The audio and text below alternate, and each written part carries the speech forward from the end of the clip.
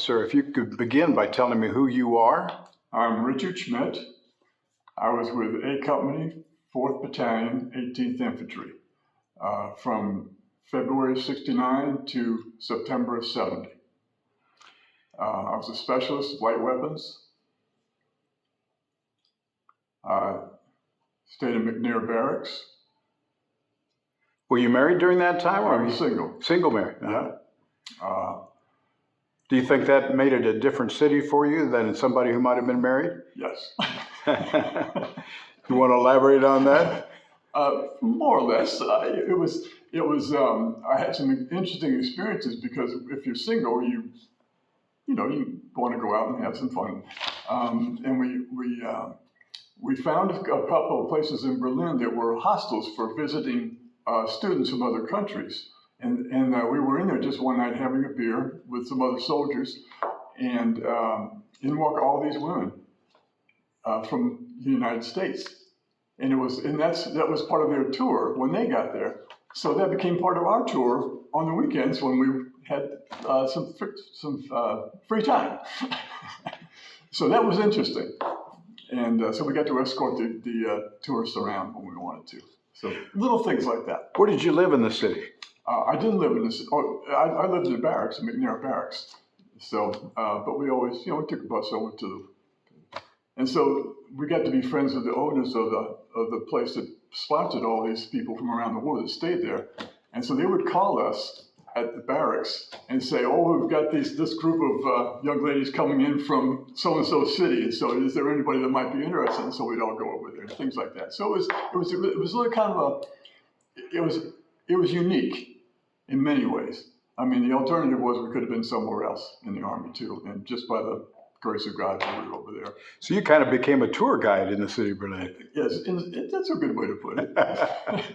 When we get over there, it's, "Oh, fancy meeting you. We're from," it was interesting. It was. I mean, when you're in the Army, you don't really know what's going on.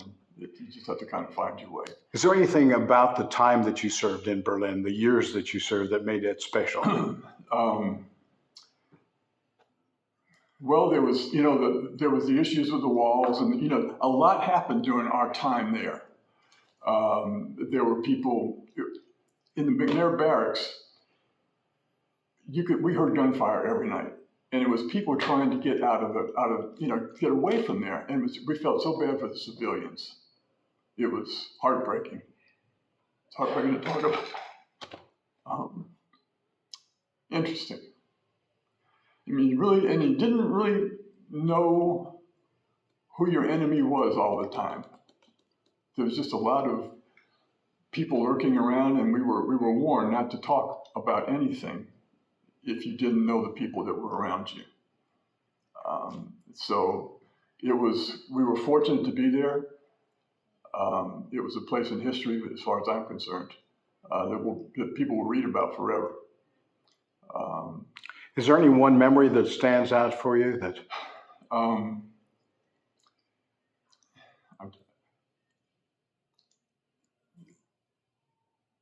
I think the memories are people that were civilians that were just trying to get out and couldn't.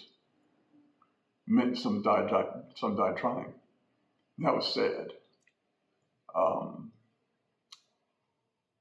It made me feel how little I knew about what was going on in the world. I come out of college, I didn't know anything basically.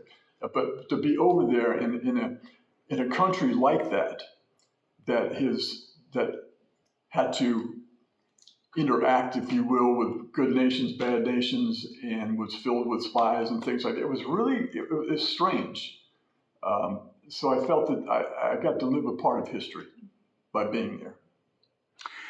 Tell someone who's not a member of this organization who served in Berlin, are there any advantages to being in the Berlin U.S. Military Veterans Association? Well, I think there's a lot. But first of all,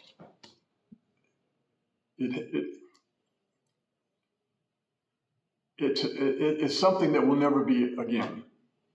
Once we're gone, there has to be a history left behind, which is a good reason for this interview, I'm sure. And we had the advantage of high technology to make sure that goes on forever. You figure 200 years from now, someone's going to be going through the archives and to be able to show interviews like this and to show all the stuff that's still online. It's like it's there, just like the old movies from World War II, but it's going to be a lot clearer and a lot, well, whatever. So I think that's important. It's an archive. Have you been happy to have been here at the reunion? Is this your first reunion? No, this is our third, fourth reunion. I can't. So we have not been to Berlin on a tour, but yes. And my father was a military man before me, and so I kind of inherited that too. So, Richard, thank you for sitting down with us and doing a recording today. We appreciate it. Thank you very much for having me here. You bet.